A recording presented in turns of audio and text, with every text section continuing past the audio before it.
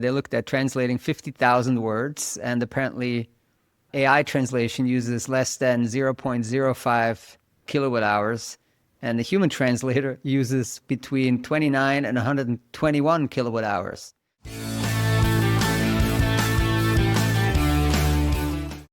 And we're back with Slator Pod. Hi, Esther. Hi, Florian. Quick news episode to catch you up. We are going to talk about copy pasting of localization managers. Number one. Number two, RWS announcing strategic hires in Q4, some big hires there, and Visual Data doing the same. And then I want to talk about the most bizarre piece of research on AI translation you have ever seen. And that was our actual headline, which is something we don't usually do, these types of headlines, but this was indeed the most bizarre piece. And then finally, just want to recommend a couple of podcasts you do have to listen to. So a podcast with podcast recommendations. But first, Esther, big week for Villam in Hungary. Yeah, we wanted to congratulate our client, Villam Language Services, on its sale. Very pleased to have represented Villam in the M&A sell-side process. The Villam, recently, the announcement this week was that it was sold to a company called InAnyLanguage. Villam, being based out of Budapest, sold to a newly created brand, InAnyLanguage. So yeah, very exciting for everyone involved, to Tunde Galberi, the CEO of Villam, and then also Young-Min John, the CEO of InAnyLanguage, as well as us for having been involved. So how were we involved? Let's tell people. Yes. So we were the advisors. We were the, strictly speaking, joint exclusive advisors. That means that we work with our partner firm, Averia Advisory, and we support the seller, so representing the seller in this case, end to end in its sale. So from, pretty much the minute they decide that strategically a sale or an acquisition is the right thing for them, we got involved. So that's sort of helping to prepare all of the documentation, the materials up front, helping to define the positioning before you actually announce to the market that you are pursuing a sale. So right from the preparation phase, we then go out and contact possible buyers that we define in the preparation phase. Do a lot of admin and back and forth at that point. So reminders, chasers, NDAs, Q&As, call scheduling, all of that.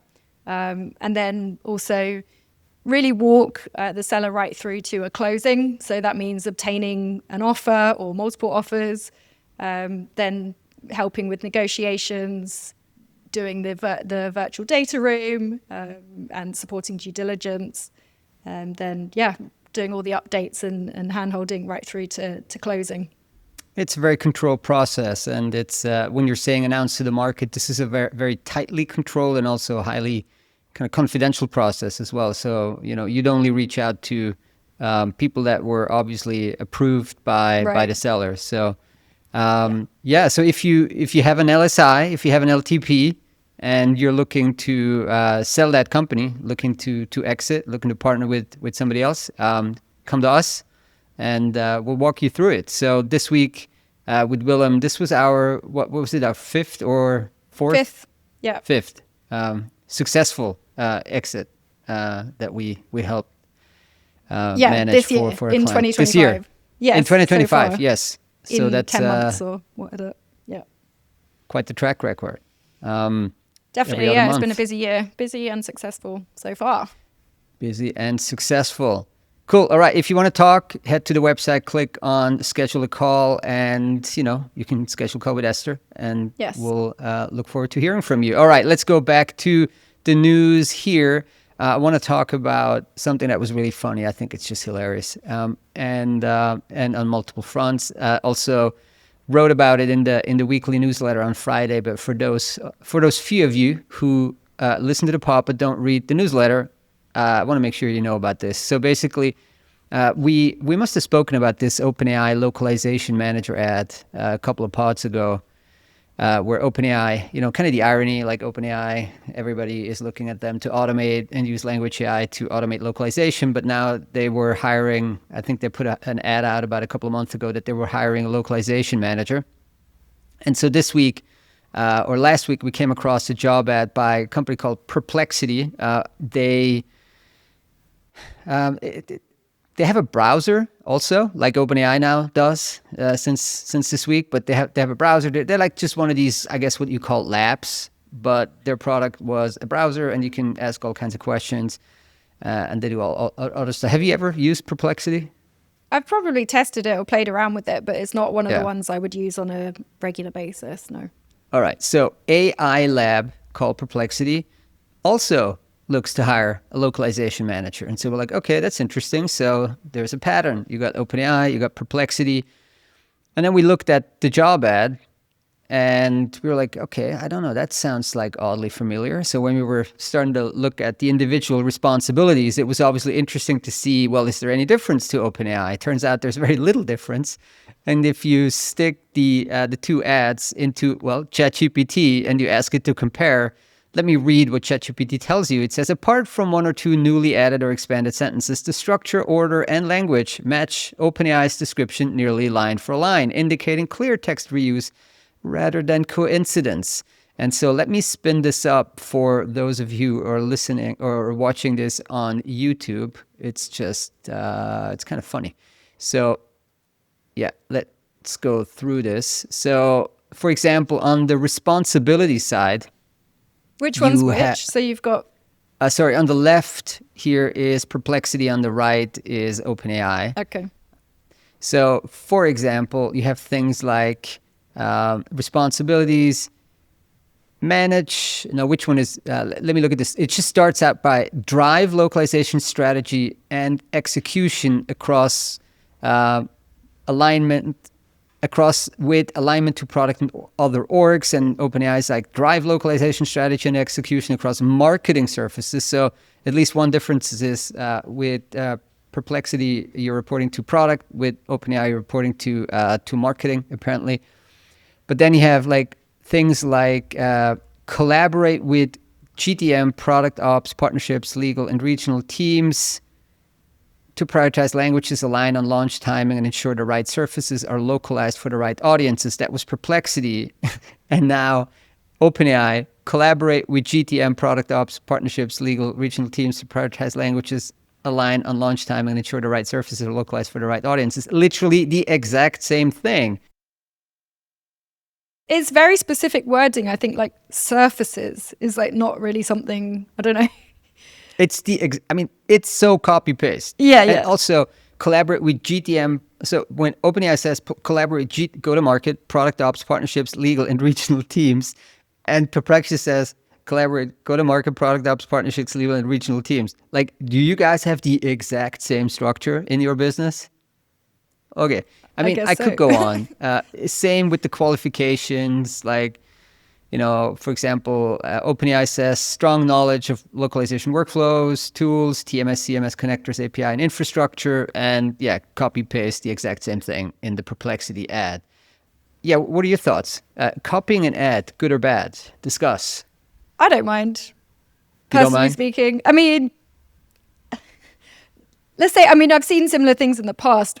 For example, with recruiters, if you're recruiters are often hiring pretty much the same position across multiple companies. So, when they're maybe doing their own version of an anonymous job ad, it's going to be quite high level, the same thing. The idea being you'd maybe put multiple candidates the same candidate forward for different roles.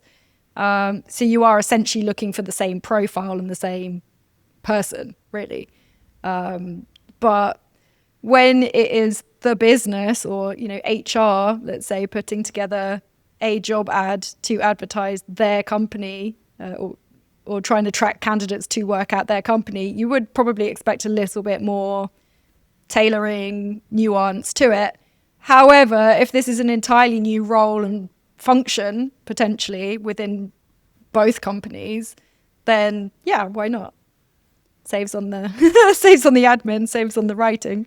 I'm actually a little torn on this. On the one hand, you're like, sure, if OpenAI spent a ton of time and thought on this ad, or spent some time and some thought on this ad, like if I'm in a similar business, like you said, like why wouldn't I copy it? Now that said, though, if I was a candidate and be like, well, you guys are copy pasting the exact thing, like obviously it can't be the exact same role, and like when you're talking about go to market legal and all these other things, like I would feel that they're not taking this hire super seriously, because I think they'll still get enough candidates.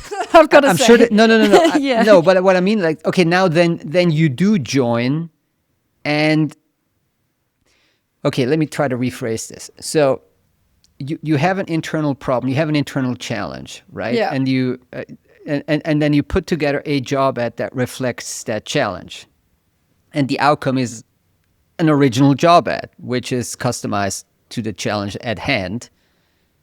And then as a candidate, like, well, I'm obviously joining a company that's thinking its challenges through, and I am now filling this role. And Yeah. this feels like, okay, we need a localization manager. Let's get Yes. some ad. And then, okay, I join, and whatever it was in the ad is obviously not really The what reality. is not really the reality. I'm just joining, and then I'm expected to do something, probably not all Yeah. the things that were in the job ad. So I'd feel a little bit like, are you guys like serious about this? Like, what do I need to Yeah. do? I know what you're saying. I think I've seen these sorts of roles in the past where a company that previously hasn't had a localization function or any kind of localization personnel, they know that they need something, but maybe they don't know what the ins and the outs of that role might be. So the point is, get the person that seems like they can deliver this or has done similar things in the past, get that person into the role, and that person will kind of need to build everything around them. So yeah, maybe there isn't anybody, like the person responsible for the job ad or the hiring manager might not, I mean, probably is not expert in localization or language. So it's, I know what you mean. Like it's the signals, the signals are sent that are being sent are very much, we need a person who knows about this. But that being said, I think they will find that person.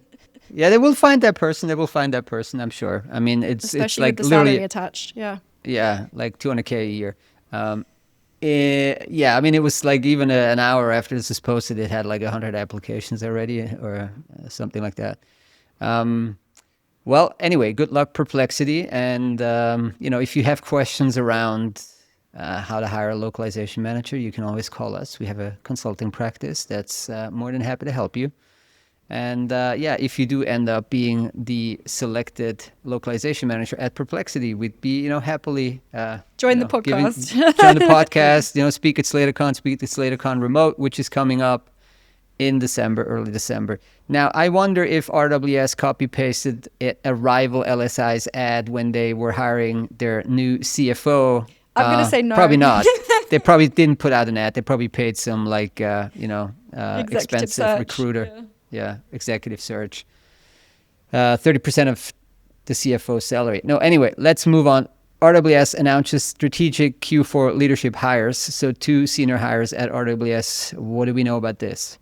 Yeah, so one is a new CFO, Chief Financial Officer, and one is a new Head of Media and Entertainment. So we have Stephen Lamb joining as the company's new CFO, and Michael Wayne joining as the Head of Media and Entertainment. So 2 pretty high-profile, visible roles there that are joining RWS. On the CFO role, there are a couple of comments just about the background and maybe pointing at the direction of the company in future. The CEO of RWS was saying that Stephen has a successful track record in financial leadership of high growth and listed global businesses, as you would expect for somebody entering a CFO role in a listed company. Also that he has a track record of executing M&A strategies, among other things, which will be invaluable in supporting our success. And then on the Head of Media and Entertainment role, just a bit of background on that. The person, Michael, is based in Los Angeles, obviously the heart of those kind of services, and he will lead the company's media localization division, which includes all the services you might expect, like dubbing, subtitling, AI dubbing, and comprehensive content adaptation. Michael actually comes from most recently Papercup, so the AI dubbing company that RWS acquired. Well, they acquired the IP right back in earlier in 2025, I think it was. So he was the chief commercial officer at Papercup, whose IP was acquired by RWS, and now joins RWS in the role of head of media and entertainment. And they say it's part of an accelerated investment strategy into video localization, with a view to combining both the AI expertise and human creativity as well. Makes sense, right? If you Ben Fez's background, the CEO, right? His background, he was with YouTube for close to a decade, I believe. So he has intimate knowledge about what what's required to succeed on YouTube, and so this is something they're going after. And he probably feels quite comfortable pursuing that expanding that more so segment. within that segment. You're right. And with Papercup, didn't they go to Scale AI? I think the team went to Scale and the IP to RWS. That's right, yeah. So I when I was saying, he joins as part of the acquisition, I suddenly thought, well, no, because the IP, it was a split. So you had the IP and the technology, which went to RWS, and you had the team, at least the announcement at the time was that the team was joining Scale AI. So. All right, and we had another senior hire, this time from Visual Data, a little closer to where you are. That's right. Yeah. So this is an announcement from Visual Data that they have a new SVP of worldwide localization. The person is Maz Al-Jamali, who is going to come on board with Visual Data, responsible for localization services such as subtitling and dubbing. He's based in London, and actually comes, I think most recently, I believe, from a role at Zoo Digital, where he was for quite a while. Prior to that, also with sort of rivals, competitors, similar media localization companies, BTI Studios, which no longer, is now part of SDI, and then IUNO, and then Deluxe. You see a lot of movement typically between these kinds of media localization companies. But he's going to be based in London, or is based in London, and we'll focus on client engagement, strategic partnerships, which is obviously a big topic at the moment, and growth in key content markets. Now, shall we transition to the most bizarre piece of research in the history of translation? Seamlessly, yes, let's do it. Seamlessly. All right. And responsible for this beauty is the UK's Department for Energy Security and Net Zero, DESNZ, and they commissioned a consultancy called Europe Economics to study digital services energy use, and there's a bunch of stuff in that. But one of the key use cases they featured was AI translation. And they claim, that's the outcome is that AI translation is 1,000 times more energy efficient than human translation. Okay, where to begin? So basically, they're looking at translating. They looked at translating 50,000 words, and apparently, AI translation uses less than 0.05 kilowatt hours. And the human translator uses between 29 and 121 kilowatt hours. And the report calls this, that's why we picked up on it, that the whole report calls this the most dramatic contrast among all digital versus physical activities analyzed. Okay, what's the office space? Because I'm struggling to visualize. It says the human translator works in a 160 square foot office. How big is that? What do you mean, 160? 160 okay, square foot in meters. Yeah. I don't know. It's like a smallish office, I suppose. It's a smallish office. Not big. Yeah. It's not big. So that's By themselves. 15 square meters or something. Okay, you're jumping right into one of the details. Yeah. Yeah. So if you look at this, so basically you are comparing I mean, I think as the image for the article, we had like apples and oranges, but like yeah. it doesn't even do it justice. Like it's just comparing. It makes absolutely no sense to compare these two things. Like generally, like so, if you think it through the end, and Yes. you're basically implying that less energy, that replacing a human activity with something that's done by AI, and you're putting it through an energy lens. Like if you think it all through the end, like it becomes very philosophical almost. Like, Yes. all right, so we just why don't we just like replace everything with AI? Yeah. And it gets Why do super humans efficient. need to play tennis when an AI can play tennis? Correct. Why don't we watch human tennis? It makes no sense. We could just, or like, football. Like, why do we have all these people go to a football stadium? We could just play FIFA all day. Like, makes no sense. And I mean, we could give a gazillion other examples. So the premise makes absolutely no sense. And then if you break it down to the translation level, which again, they're saying is the most dramatic contrast. Yeah, okay, so you're literally counting that human's office space, the sandwich, Yeah. the heating in the winter and the aircon in the summer. Yeah. I don't know.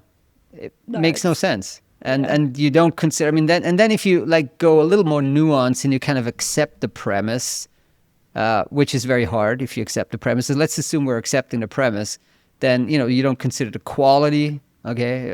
And you wouldn't. That they also used some outdated speeds. I think they're taking like a 400 words per hour human translation speed, which today everybody's doing post editing anyway, so it would be much higher. Yeah. And then what else do we have? Uneven energy accounting.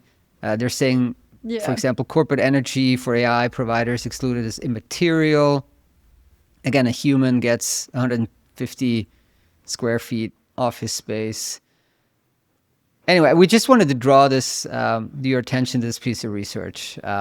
Sometimes, we cover a lot of research, Yeah. and usually we, try to be very neutral. But like when you come across something like this, you're like, you can't be neutral anymore. It Makes seems no like sense maybe at a all. good angle would have been like, here's how AI is helping to reduce the energy consumption associated with these professions, not pitting AI against humans in certain professions. You see what I mean? Because it's like, say, AI Yeah. is making translation more efficient because we're doing more words per hour effectively, I just still struggle with the premise. I mean, that human translator, even if that human translator wouldn't be translating, Yeah. they would be sitting in an office, I guess, doing something else. So it's not like Yeah, you still got it's to not like like breathe. it's not and that eat, it's not like they whether or evaporate not you're doing into translation. they don't evaporate into I hear you. space. I hear you.